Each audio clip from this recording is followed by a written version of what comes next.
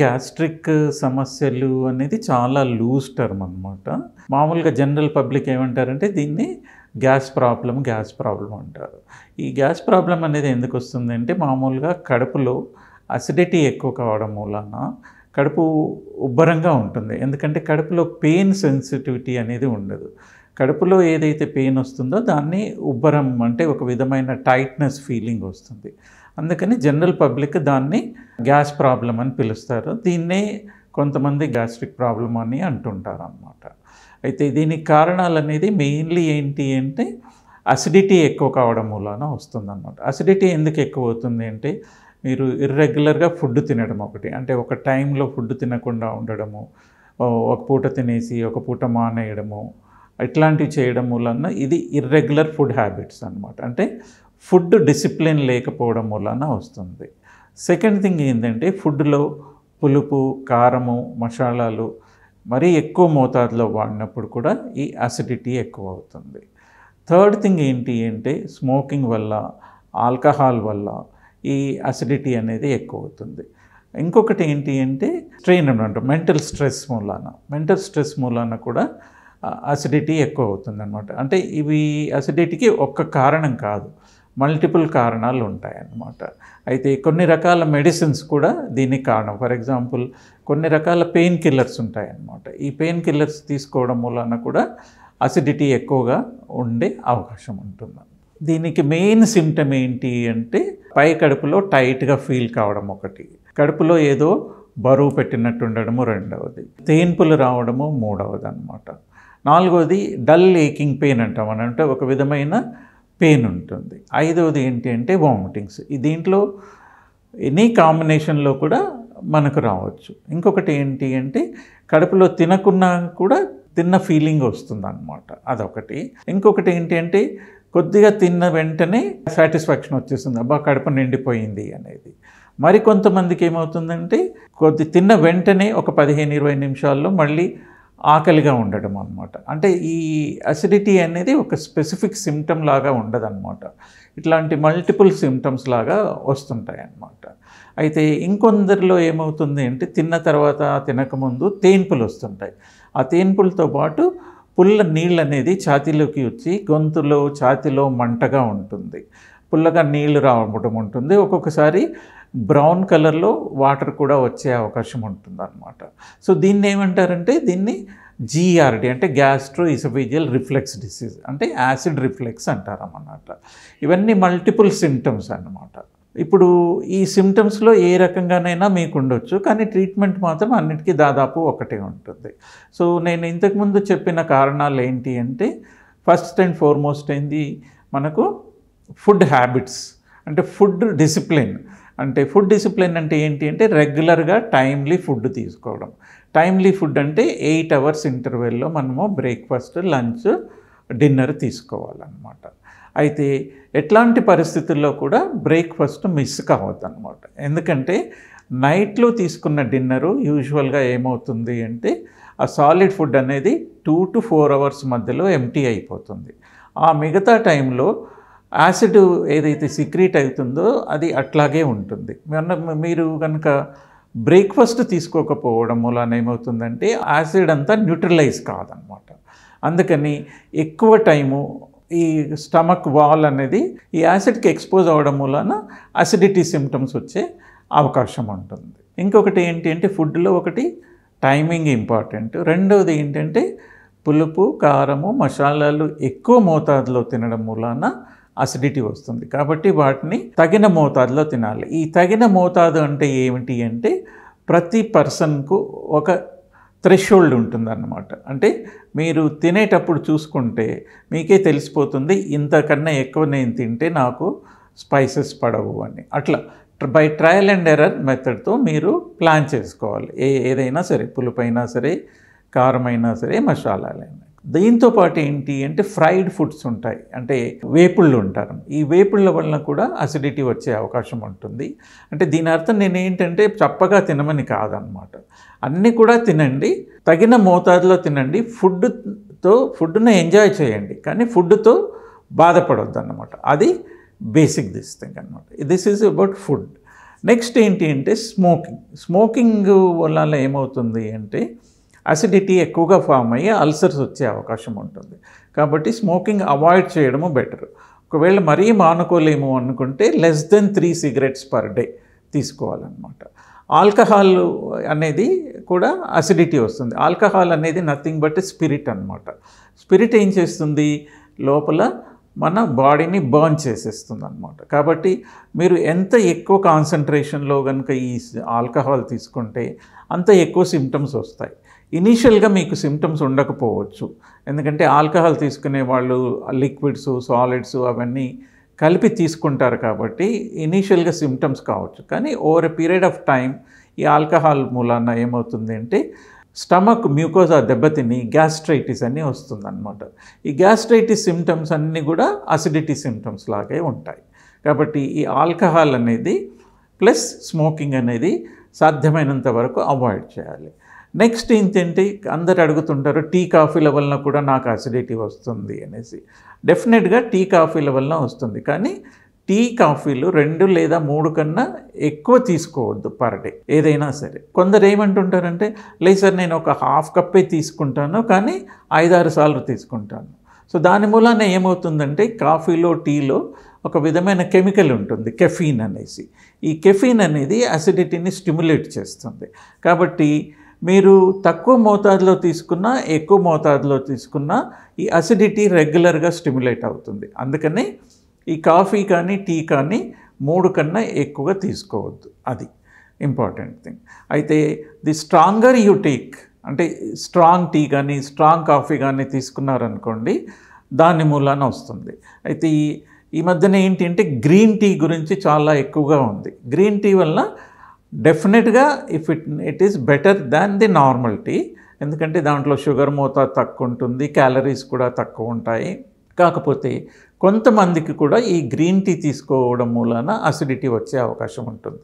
కాబట్టి మీరు green tea తీసుకున్నా కూడా లిమిటెడ్గా తీసుకోవాలి. ఏదైనా అతి అనేది ఏదైనా హేతువే అన్నమాట. కాబట్టి అన్నీ లిమిటెడ్గా తీసుకోవాలి. సో ఇవి అన్నీ ఫుడ్ హ్యాబిట్స్. నెక్స్ట్ ఏంటి అంటే మన మెంటల్ స్ట్రెస్ అన్నమాట. మెంటల్ స్ట్రెస్ ఏమవుతుంది అంటే ప్రతి చిన్నదానికి మనము వర్రీ కావడం మూలాన ఏమవుతుందంటే ఆ స్ట్రెస్ వల్ల మన బ్రెయిన్ నుండి కొన్ని రిఫ్లెక్సెస్ వచ్చి అసిడిటీ ఎక్కువగా ఫామ్ అవుతుంది అన్నమాట. అందుకని ఇవేంటంటే నాన్ మెడికల్ ఫార్మ్స్ అన్నమాట. అయితే సపోజ్ ఈ అసిడిటీ ఉంటుంది, నాకు ఎప్పుడు డాక్టర్ని కన్సల్ట్ చేయాలని మీరు అనుకుంటారు. మోర్ దెన్ 2 weeks కన్నా మీకు ఈ అసిడిటీ సిమ్టమ్స్ ఎక్కువగా ఉన్నాయనుకోండి, అప్పుడు మీరు డైట్ చేంజ్ చేయడము లేదా మీ లైఫ్ స్టైల్ చేంజ్ చేయడం మూలన, ఆల్కహాల్ మానేయడం మూలన, సిగరెట్ మానేయడం మూలన వీటి వలన కూడా తగ్గలేదనుకోండి, అప్పుడు మీరు డాక్టర్ గారిని కలవచ్చు. డాక్టర్ గారిని కలిసినప్పుడు డాక్టర్ ఏం చేస్తారంటే మీ సివియారిటీ ఆఫ్ సిమ్టమ్స్ని బట్టి ఫస్ట్ వాళ్ళు కూడా మెడిసిన్స్ ఇస్తారు. మెడిసిన్స్లో ఏంటి అంటే 2 రకాలు ఉంటాయి, ఒకటి ట్యాబ్లెట్లు, ఒకటి సిరప్లు. ట్యాబ్లెట్లు ఏంటంటే యాంటాసిడ్స్ అంటాం. యాంటాసిడ్స్ అంటే నథింగ్ బట్ యాసిడ్ను న్యూట్రలైజ్ చేయడం అన్నమాట. ఇప్పుడు యాసిడ్ని న్యూట్రలైజ్ చేసేది ఏంటి, ఆల్కలీ అన్నమాట. సో ఈ యాంటాసిడ్స్ ఇస్తారు. యాంటాసిడ్స్ను తిన్న తర్వాత హాఫ్ అన్ అవర్కి బాగా ఎక్కువ మోతాదులో అంటే ఒక 30 ml half an hour after food తీసుకుంటే మీకు అసిడిటీ తగ్గుతుంది. అప్పటికీ తగ్గలేదనుకోండి యాంటాసిడ్స్తో, మీకు సిమ్టమ్స్ ఎక్కువగా ఉంటే ఒక ఇన్వెస్టిగేషన్స్ చేస్తారు. ది కామనెస్ట్ ఇన్వెస్టిగేషన్ ఏంటి అంటే ఎండోస్కోపీ అంటారు. ఎండోస్కోపీ అంటే ఒక వీడియో ట్యూబ్ని ఏం చేస్తారంటే మీ గొంతును అనస్థటైజ్ చేసేసి దాని ద్వారా వీడియో ట్యూబ్ని కడుపులో పంపిస్తారు, పంపించేసి చూస్తారు. అయితే దీంట్లో ఏం తెలుస్తుంది మనకంటే, ఒకటి మ్యూకోజాలో వాపు ఉందా లేదా. ఈ మ్యూకోజల్ వాపుని ఏమంటామంటే గ్యాస్ట్రైటిస్ అంటాం. సెకండ్ థింగ్ ఏమిటి అంటే దీని వల్ల ఏమైనా అల్సర్స్ ఏమైనా ఫామ్ అయ్యాయా లేదా, అదొకటి.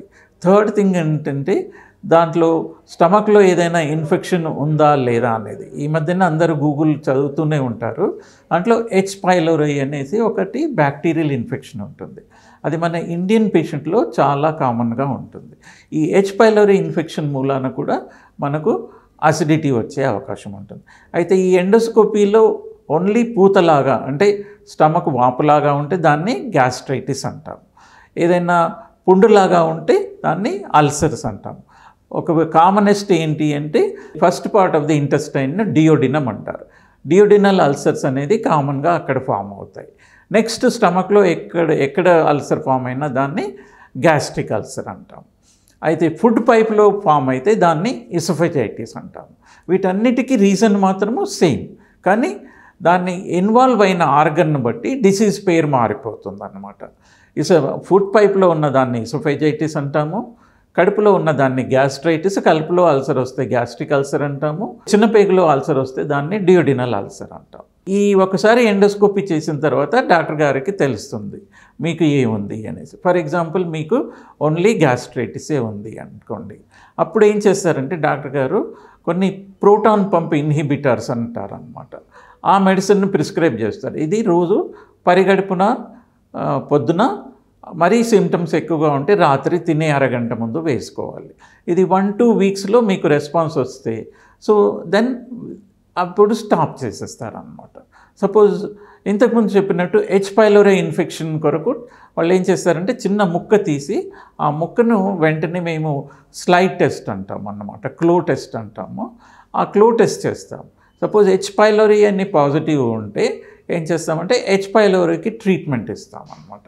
ఈ హెచ్ పైలోరీ ట్రీట్మెంట్ వల్ల ఏంటి మనకు లాభము అంటే కడుపులో ఇన్ఫెక్షన్ తగ్గిపోయేసి అసిడిటీ మళ్ళీ వచ్చే అవకాశం ఉండదన్నమాట. ఈ హెచ్ పైలోరీ ఇన్ఫెక్షన్ ఎందుకు వస్తుంది అనేది ఇంతవరకు ఎవరు నిర్ధారణగా చెప్పలేరు, కానీ ఇది వాటర్ బార్న్ ఇన్ఫెక్షన్ అంటాం అన్నమాట. అందుకని వాటర్ తీసుకోవాలి. అయినా కూడా ఏమవుతుంది అంటే ఇండియాలో 60-80% పాపులేషన్కు ఈ హెచ్ పైలోరీ ఇన్ఫెక్షన్ ఉంటుంది. కానీ ఎవరికైతే అసిడిటీ సిమ్టమ్స్ వస్తాయో వాళ్ళ లోపలనే ఈ హెచ్ పైలోరీకి ట్రీట్మెంట్ ఇస్తారు. మీరు గూగుల్ సెర్చ్ చేసినప్పుడు ఏమొస్తుందంటే మీకు ఈ హెచ్ పైలోరీ ఇన్ఫెక్షన్ మూలాన స్టమక్ క్యాన్సర్ వచ్చే అవకాశం చాలా ఎక్కువగా ఉంది అనేసి డెఫినెట్గా వస్తుంది. కానీ మన ఇండియాలో ఉన్న హెచ్ పైలోరీ ఇన్ఫెక్షన్ మూలాన ఈ అవకాశము చాలా తక్కువ. అందుకని హెచ్ పైలోరీ ఇన్ఫెక్షన్ వచ్చింది అనేసి స్టమక్ క్యాన్సర్ ఉందనేసి అనవసరంగా భయపడాల్సిన అవసరం లేదు. అయితే ఒక్కసారి ట్రీట్మెంట్ ఇస్తే టోటల్గా క్యూర్ అవుతుందా? డెఫినెట్గా క్యూర్ అవుతుంది. రికరెన్స్ అనేది తక్కువగా ఉంటుంది. కాకపోతే మీరు బయట ఎక్కువ ఫుడ్ తిన్నా లేదా అన్హైజీనిక్ ఫుడ్ తిన్నా, రోడ్ సైడ్ స్ట్రీట్ ఫుడ్స్ అవి ఎక్కువ తినడం వలన ఈ మళ్ళీ వచ్చే అవకాశం ఉంటుంది. సో ఎన్నిసార్లు ఇన్ఫెక్షన్ వస్తే అన్నిసార్లు ట్రీట్మెంట్ తీసుకోవాల్సిన అవసరం ఉంటుంది. అల్సర్స్ కూడా ట్రీట్మెంట్ ఏంటి అంటే ప్రోటాన్ పంప్ ఇన్హిబిటర్స్ అన్నమాట. ఈ ప్రోటాన్ పంప్ ఇన్హిబిటర్స్ను మన సివియారిటీ ఆఫ్ ది అల్సర్ని బట్టి ఒక పూట కానీ 2 పూటలు కానీ 4 నుండి 6 వారాలు ట్రీట్మెంట్ ఇస్తారనమాట. అయితే వీళ్ళలో కనుక హెచ్ పైలోరీ ఇన్ఫెక్షన్ ఉంటే ట్రీట్మెంట్ ఇచ్చిన తర్వాత యాంటాసిడ్స్తో ట్రీట్మెంట్ ఇచ్చేసి సిమ్టమ్స్ తగ్గిన తర్వాత ఈ హెచ్ పైలోరీ ట్రీట్మెంట్ ఇస్తారు. ఆ ట్రీట్మెంట్ ఇవ్వడం మూలాన ఏమవుతుందంటే అల్సర్స్ మళ్ళీ ఫామ్ కాకుండా ఉంటాయన్నమాట. ఇన్ షార్ట్గా నేను చెప్పేది ఏంటంటే అసిడిటీ అనేది ఒక లైఫ్ స్టైల్ డిసీజ్ అన్నమాట. దాన్ని ప్రివెంట్ చేయడమే బెటర్. ప్రివెంట్ చేయడం బెటర్ అంటే చాలా సింపుల్. మీరు ఫుడ్ డిసిప్లిన్ మెయింటైన్ చేయాలి. పులుపు, కారం, మసాలాలు తక్కువ మోతాదులో తీసుకోవాలి. టీ, కాఫీ కూడా తీసుకోవచ్చు, కానీ అది కూడా ఒక మోతాదులో తీసుకోవాలి. సాధ్యమైనంత వరకు ఆల్కహాల్, సిగరెట్టు అవాయిడ్ చేయాలి.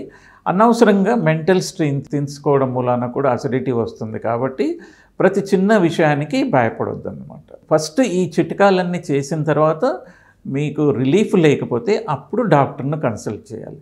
డాక్టర్ కూడా వెంటనే మీకు టెస్టులు రాయరు. ఆయన కూడా మీ సిమ్టమ్స్ అసెస్ చేసి మందులు ట్రీట్మెంట్ ఇస్తారు. తర్వాతే ఎండోస్కోపీ చేస్తారు. ఎండోస్కోపీ చేసిన తర్వాత అల్సర్ ఉంటే అల్సర్ ట్రీట్మెంట్ ఇస్తారు, లేదా ఓన్లీ అసిడిటీ ఉంటే అసిడిటీకి ట్రీట్మెంట్ ఇస్తారు.